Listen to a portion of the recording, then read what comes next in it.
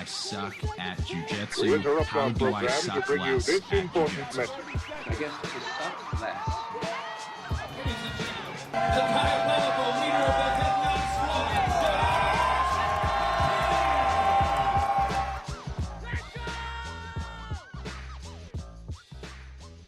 Hey everybody, this is Josh McKinney, and I just want to welcome you to the newest episode of the I Suck at Jiu-Jitsu Show. So today we're going to do something a little different. We are going to do this episode idea. This is, I would say, completely stolen, the idea of this episode, but I tweaked it a little as I always do, and I will give shout outs as necessary. But this idea came from watching a YouTube video of Jake Luigi checking his outlier database to see, Jake Luigi is less impressed, more involved, to see whether or not AI can teach jiu-jitsu techniques, can teach how to defend a straight ankle lock specifically is what they looked at. And I think you could make a great argument that it could.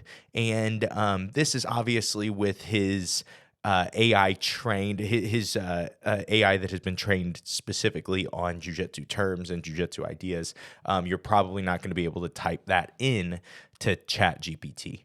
But I kind of had that question with maybe something you could type into ChatGPT that could make you better at jiu-jitsu or whatever other, I don't know, I'm sure there are other AI models that are out there, but come on, ChatGPT 4.0 or whatever that little zero is, whatever the 4 omega, 4, I don't know what that O is. But great product. And I, a lot of times will use it to kind of structure the outlines of my podcast. But I can't just ask it to straight up write a podcast because, well, it pushes out some crazy propaganda. And it just kind of, I think, goes off of what's repeated a lot and says, yes, this is how you learn jiu-jitsu. You shrimp up and down the mats. And so it'll tell you some wild stuff. But I wanted to answer the question today. Could we take ChatGPT specifically, but could we take AI? And could we use it to replace our jiu-jitsu coach? And what's fun about this episode is I haven't actually written the outline yet. I have written the prompt that will be going into ChatGPT. It's not super long, I think, compared to some of the prompts that I write. I'm sure there are some misspellings and things like that, but I will just take this prompt and make this the description of the episode. So if you want to know exactly what I asked ChatGPT, and what it came up with for this episode, while I just hit enter, and while I'm welcoming you and setting up the episode, I just introduced that the episode is a unique experiment of using ChatGPT to write the outline live. Mention the central question: can AI coach BJJ? And you'll notice in my prompt, I was very specific with my wording. We want to know if AI could coach jiu-jitsu, not teach jiu-jitsu. I think, like I said, less impressed, more involved made a great argument that eventually it will be able to teach jiu-jitsu. And right now, it really, when you look at the simplification that it gave from this question, man, this is just an awesome tool. If you watch that video, I'll make sure to link it. But I just wanted to first, from what ChatGPT is telling me, to share my initial thoughts on AI and jiu-jitsu. So I'll say for me, I'm somebody that if something new comes out, I want to test it and play with it and work with it and see if I can get better at it and just use it very effectively. If I showed you guys the back end of everything that goes into the I Suck at Jiu-Jitsu show and why we're able to have such great production, it is because we have and a really cool Instagram and a cool YouTube channel that again has great production. It really is. There is AI at work all the time for us, and that's for the jiu-jitsu business side. I don't notice anything that I've ever asked ChatGPT that's given me an answer that has helped me be a better jiu-jitsu coach. Again, like organization of ideas. I have a lot of random ideas, obviously, on episode 200 and whatever we are on of the ISAJJ Jiu-Jitsu Show, quickly approaching 300. But I have a lot of different ideas, and it's really helpful for kind of like, I don't know, just putting them in order for teaching. But it really hasn't. I don't want to hit you guys with like, yeah, chest over chest came from ChatGPT. It didn't. And so I just wanted to explain that. I already apparently jumped ahead into segment 1. I did explain the difference between a jiu-jitsu coach and a jiu-jitsu instructor. Just to reiterate that, what's really important for us to understand is the owner of the business typically has to be everything in the business when it comes to small businesses. In a jiu-jitsu school, it's no different. And so a lot of times you have one owner who has to be both the instructor and the coach. So we really don't even differentiate. But when you get the ability to kind of separate those tasks and maybe separate it to multiple people, or maybe just a certain guy is a great coach. I don't know. I see a lot of things. I don't know a lot of the back end of this, but I see a brown belt that is at B team coaching a lot, and people really, really love what he has to share, and him as a coach, right? And so there's something about, you have all these high level athletes, but still it's hard to know how to get yourself to the next level. You know where you're at, but how do you get yourself past that? That's where you have a coach, somebody who sees where you should be putting your effort, where you should be putting your focus, and says, hey, maybe for the next 6 weeks, work on this. Maybe for the next 6 months, focus on this. Maybe do these tournaments. And you build this kind of relationship with that coach that you can trust them because they keep guiding you in the right direction. And that is what a jiu-jitsu coach is. A jiu-jitsu instructor is as important, but it is different. It is somebody who teaches you jiu-jitsu, who teaches you how to accomplish the physical tasks that are required to win matches, right? And so these really can be separate roles, and certain people are better at one than the other. Certain people are better at coaching. Certain people are better at instructing and explaining jiu-jitsu, and it can be tough. I think a great example of this is there are a lot of these nomad coaches in jiu-jitsu that are like incredibly high-level coaches who really just teach seminars and really just go around and do private lessons and private teaching, but they don't run a jiu-jitsu school. And that is to say, maybe it's because their strength is not being an actual coach in the day-to-day. Not being there to help you every single day and explain every single day. But they are a great instructor. They can take 2 hours of your time and turn it into unlimited knowledge. And so again, these are just kind of things that people can be good at. And you can, of course, these are skills. You can be a great instructor and suck as a coach, and then learn from really good coaches. Find the habits that good coaches have and copy that. But yeah, let's go ahead and we will move on. I already explained coach. Sorry, it's the first time seeing the outline. I can usually just flow right from one thing to the next, but I don't know what we're going to talk about next. So now we'll introduce how AI can fulfill the coaching role, provide examples of AI's capabilities in tracking progress. Okay, that would be nice. Suggesting personalized training plans and offering motivational support. Okay, so I guess those would be 3 things that ChatGPT I've never thought about. So I have 2 worries about this episode. One, I have a worry that this episode is going to absolutely suck and just fall on its face and be terrible. Hey, we put out an episode every week. If it happens, it happens. It's not like this is the first time that I've had a bad episode. But 2, much worse option. What if we find out that not only is ChatGPT a better podcaster than me, but we find out that ChatGPT already is capable of replacing jiu-jitsu coaches, and you watch me live as I'm breaking down this episode. You watch me live like destroy my job and then all of my peers' jobs. That would definitely be, I wouldn't post the episode if I felt that. Nah, you know what? If it would make me famous, I think I would still do it. I think I would burn it all to the ground. So let's keep going on this because there are a lot of segments. I think if I add to the explanation, then I'll understand what it's trying to tell us. So the second thing we'll look at is AI-driven goal setting. Describe how AI can analyze performance data and provide insight into areas needing improvement. Illustrate how AI can suggest specific goals such as improving guard retention or enhancing submission success rates. Okay, so I guess specific goals. If you really think about, how,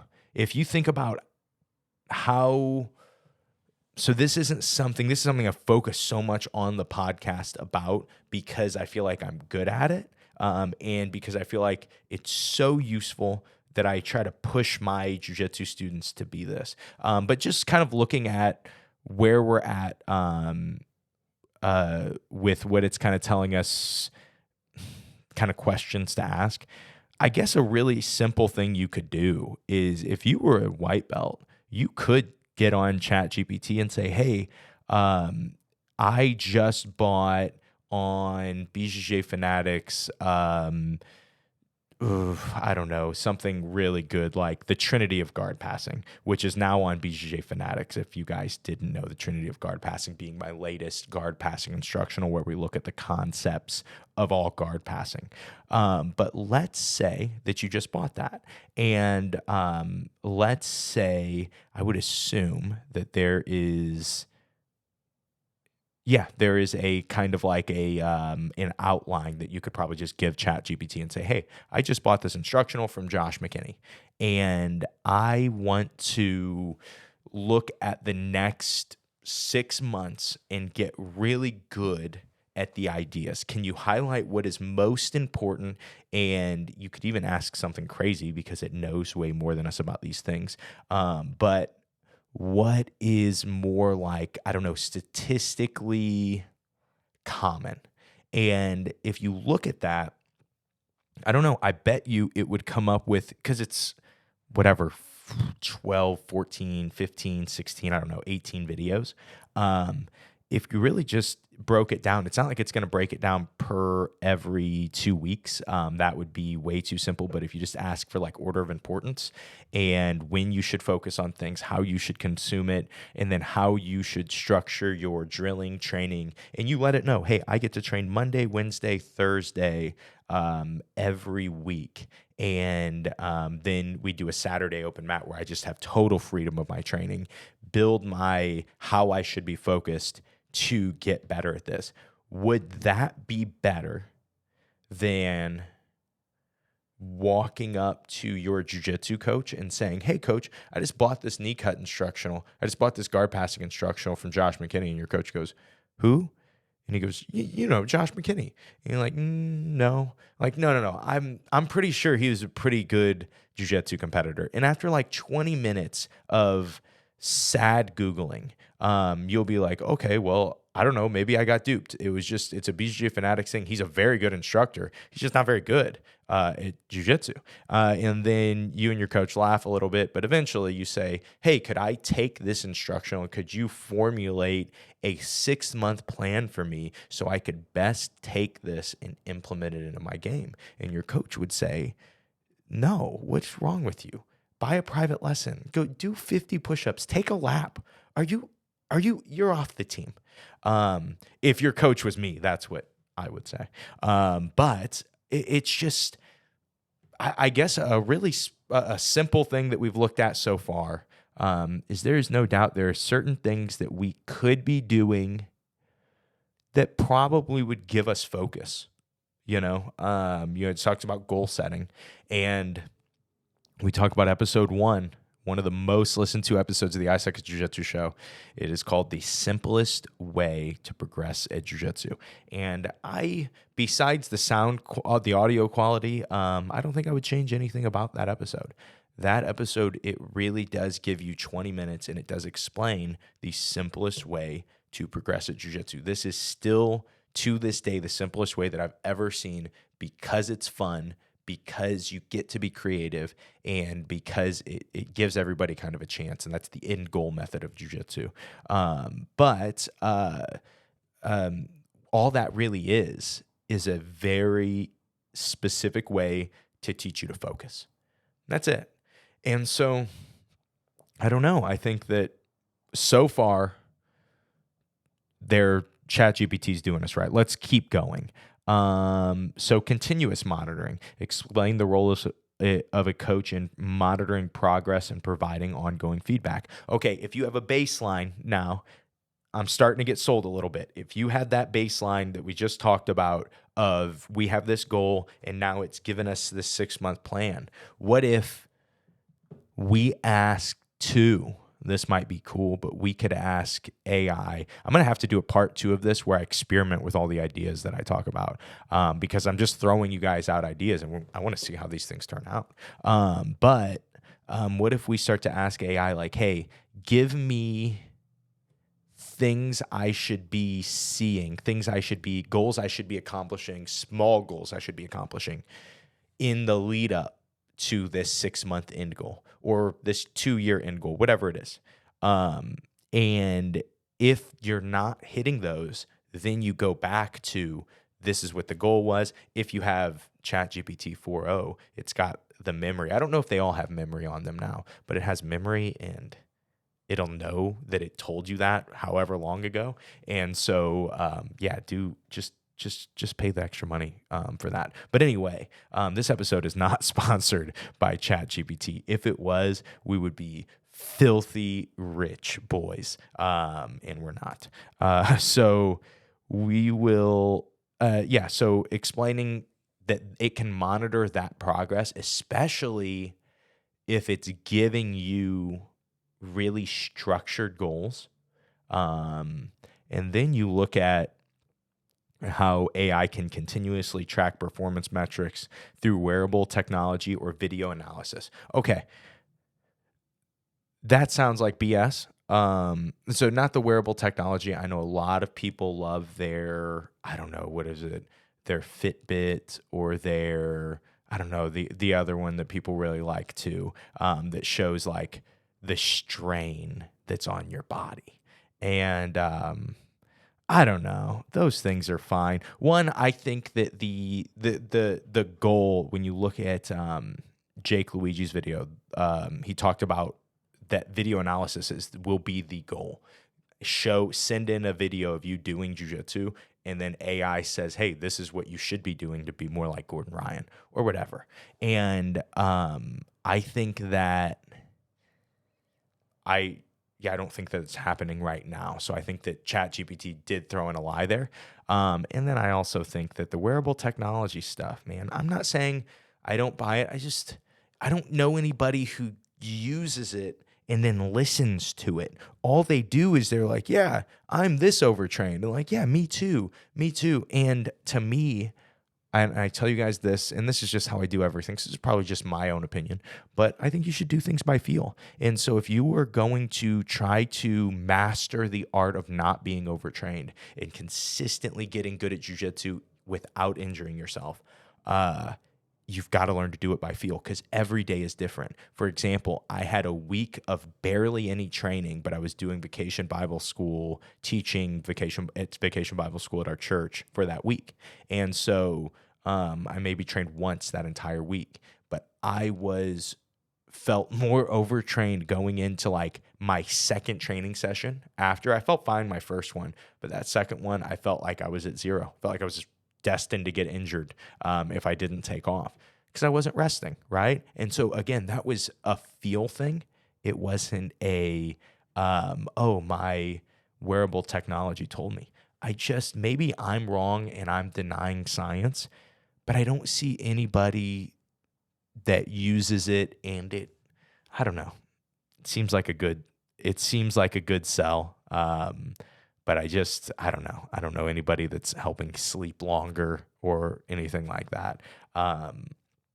Anyway, let's go on. And now we're halfway, which means it is time for a commercial break. And so I'll turn on our commercial music and we can go ahead and just get into it. And so, of course, ChatGPT wrote our commercial. I just wanted to do a brief pause the discussion to promote the Master Any Position in 6 Weeks podcast. Highlight the benefits of subscribing to the ISAJJ Jiu-Jitsu Show Pro for access to this premium content. Okay, so here's the deal.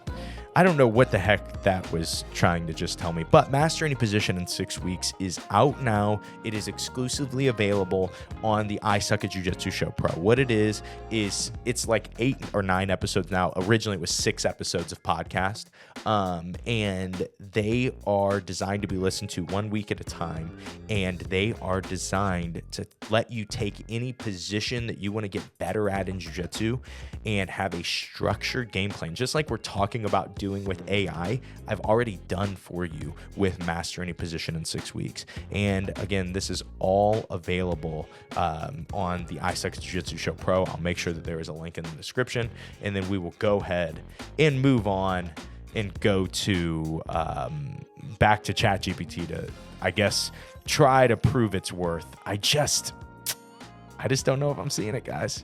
I feel like we're close. But I need, what do we got? Segments 4, 5. So I have 2 segments, some final thoughts, and a sign off. I don't see us getting sold, guys.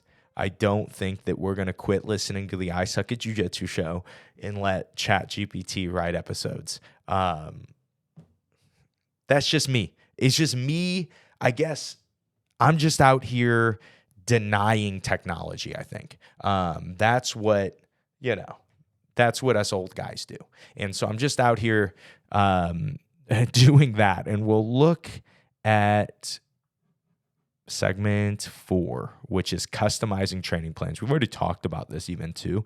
Adapting to individual needs, discuss how coach tailors training plans to the unique needs of practitioners, explain how AI can create and adjust personalized training plans based on progress, injuries, or changing goals. Okay, that's something we didn't talk about. Injuries. ChatGPT is probably a better physical therapist than a lot of physical therapists. And this isn't, I'm already just bashing everybody in this episode.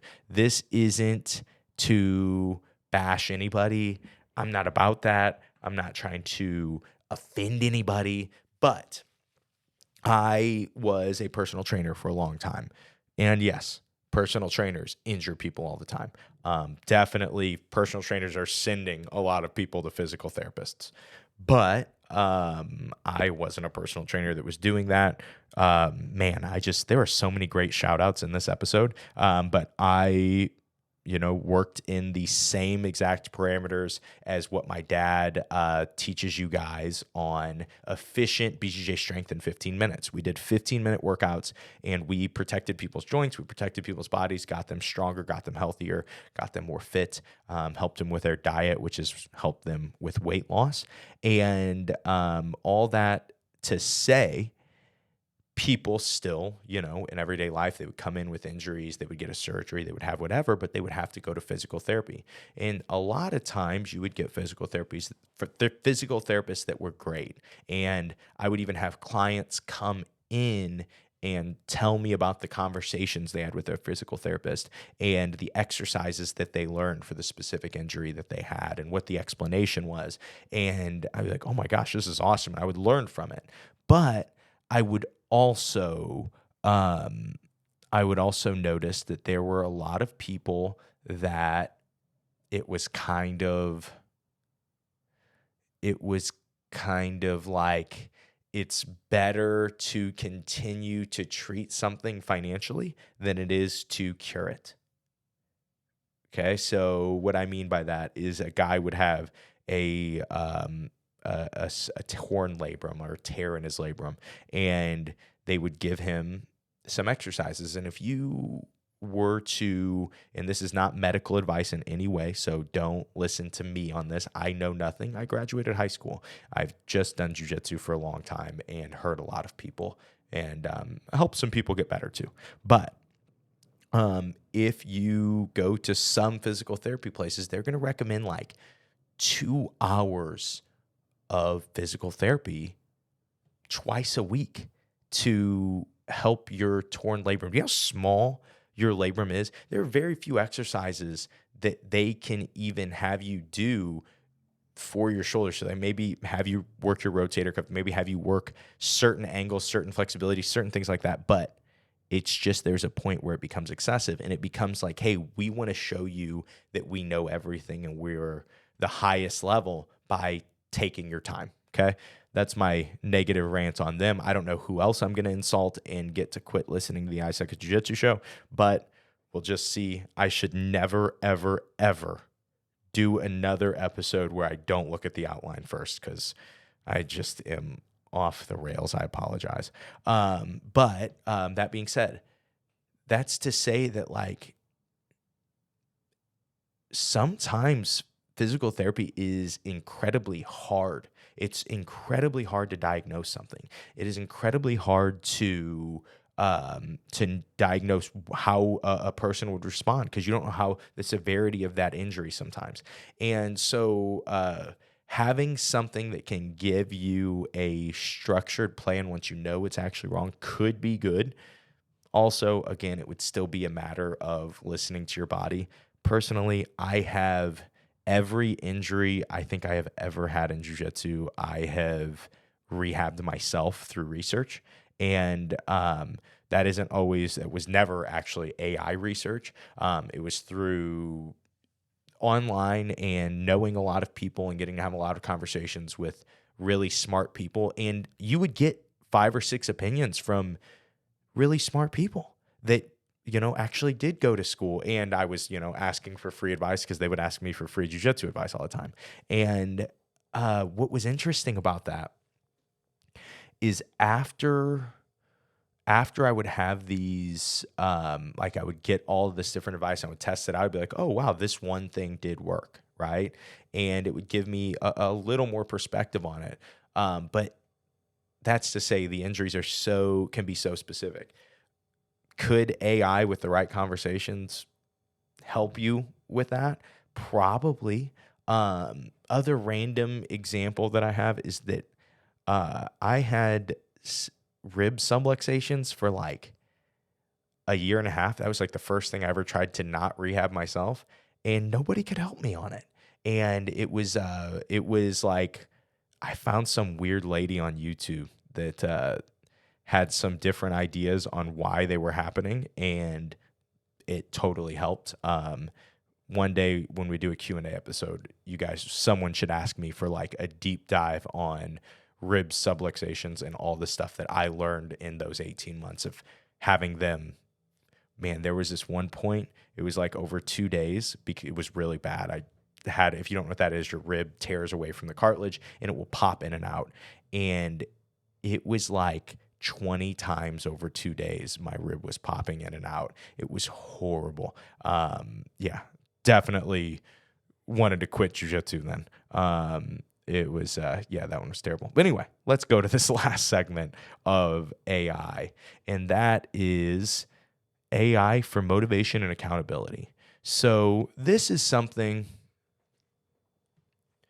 I don't know, the role of motivation. So discuss the importance of motivation and accountability in BJJ training. Explain how AI can maintain motivation through reminders, progress tracking, and goal setting.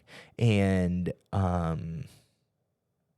it can, and it can also send personalized messages, motivational quotes, or reminders to keep practitioners on track, and discuss the potential for AI to create a sense of accountability through regular check-ins and progress updates. Again, I just don't know. I would like to see if anybody experiments with these things for accountability, for motivation. I know there are kind of like chat bots you can text back and forth for, and maybe having a jiu-jitsu coach like that could be motivating for you. I know personally though that like when stuff is online, when it's not a real person and it's not in person, it's myself, and it just seems like everybody else that I know, and I know this because I've done a lot of in-person businesses and I've done a lot of online businesses, and people have no problem standing you up online. Don't even think twice about it. But people do not like to stand you up when it comes to being in person. And I think that there is still, as much as we want it to be, the future is now, I think there is still this disconnect from what, let's say even specifically about jiu-jitsu, we love, and what makes it fun, and what makes you good at it, and what makes this guy beat this guy. And I see people teaching concepts a lot. And of course, I feel like my concepts that I teach are better. But the truth is, who knows? You really just have to go out and feel it and experience it. And then at a point, it is just, the beauty is, in the eye of the beholder, right? It is just what we make of it and what we decide to put into our jiu-jitsu and what we decide to focus on. And so, as much as I love that there are parts of AI that could be huge for you, and I would even say with the advice from your coach punched into the AI, into your prompt, explaining, this is what my coach says, and I want to understand that more. I want to figure out how I could do it. Could you give me some examples of other coaches saying this, maybe in different ways? And you can just, there's so many ways you could use ChatGPT to dive deeper when it comes to jiu-jitsu. And I think that there are some really good ways that you can use it to structure certain things. But again, there is no, I just don't see any way that you're going to be able to do that today.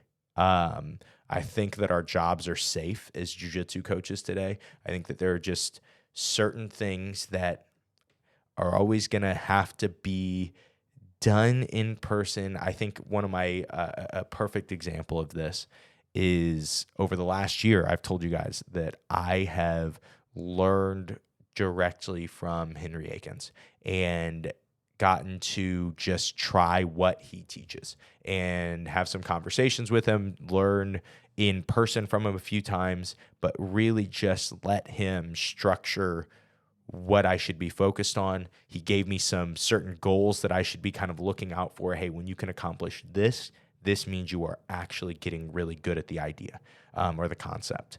And it was the concepts of weight distribution and angles. And it has been the biggest game changer in my jiu-jitsu. But here's the problem with that. It's still, for him, like I kind of notice, and I explained this, like, yeah, people don't seem to respect what you're saying as much as they should. And I know this now because I've experienced it. And I, as somebody who's won at adult black belt recently, I have experienced like, this is a whole different thing than I've ever felt against somebody, than I've ever done or I've ever been taught. This is something different. And when I got to see that and experience it, it's just the biggest question that me and a lot of my students had is, why do people not do this? And I asked that to Henry on the last episode, and his answer was simple. He said, some things you have to feel. And when you think about that, when it comes to your AI BJJ coach, or when it comes to, we look at the fact that jiu-jitsu instructors are replaceable much quicker than jiu-jitsu coaches, I would argue. Okay, because a coach, we all know a coach has to be done by feel. Coaching jiu-jitsu, it has to be done by feel. But I would also say that the instructor in a lot of people's heads has already been replaced. For example, How many blue belts feel comfortable arguing with their jiu-jitsu coach who's a black belt, who's been around for 12 years, who's done jiu-jitsu with high-level guys for a very long time, but arguing, well, Danaher says to do it like this, or this guy says to do it like this, or Josh McKinney says to do it like this. And here is the problem. Maybe I do say to do something similar like that. But for you, you may not have enough context, and you may be applying whatever thing that I said or John Danaher said or Gordon Ryan said or somebody really big said, really important said, and applying it even the wrong way to the wrong idea. Your coach has more context than I do talking to you through a video. And so as much as we feel like, oh, we could replace jiu-jitsu instructors with BJJ fanatics where the Trinity of guard passing is on. But the truth is they're great supplements. But as soon as it starts to be this competition of like, now I'm smarter than my coach because I've watched more instructionals, you miss the point. A lot of times the best instructionals that I've ever watched, I've walked away with maybe a sentence. But it's a sentence that I know I get to focus on for the next 6 months of like, accomplish this task, do this more, get this grip more, don't let this happen more. And those have been the biggest jumps in my jiu-jitsu. And again, though, I kind of see them as exciting and I try to learn them, but don't think that you mastered something or you understand something because you heard it said in an instructional. It is so dangerous to do that because if you actually understood it, then you would be able to accomplish it immediately, right? That is kind of being able, and that's not saying that like you have to be able to beat people up to do jiu-jitsu or to teach jiu-jitsu, but it is saying at some point you had to be able to execute what you're trying to teach, right? It doesn't have to be that you can still do it, but at some point you had to be able to execute it so you have a real understanding of it. And we said this before, if not, you're a parakeet. You are just looking at a jiu-jitsu move and saying, oh, well, this is what this instructor's Instagram reel said. I have so many Instagram reels that did really well and are from a 5-minute video and they're like 20 seconds long and they're slightly taken out of context. And that's why they did well. And people would rather learn jiu-jitsu that way, right? And it's like you just see that, so often in the mentality. And this is kind of like, for me, I think that as a whole, I never say this. I don't know why on the ChatGPT episode I am. But as a whole, when we look at jiu-jitsu, we look at the future, what jiu-jitsu should be and what jiu-jitsu shouldn't be.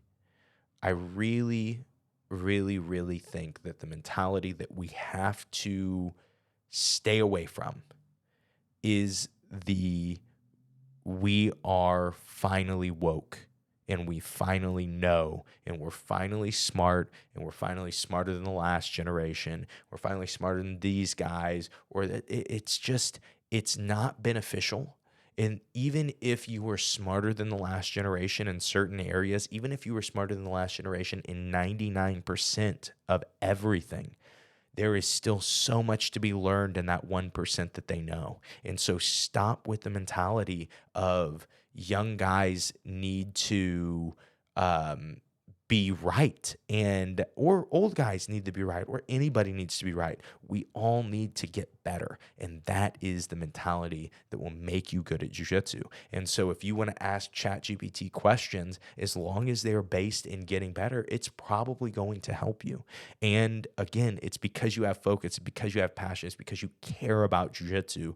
And that is what makes people better at jiu-jitsu. The fact that you listen to a podcast episode about getting good at jiu-jitsu and you care enough to say, well, I'm going to implement this idea or that idea. I'm going to change something because I care about getting better.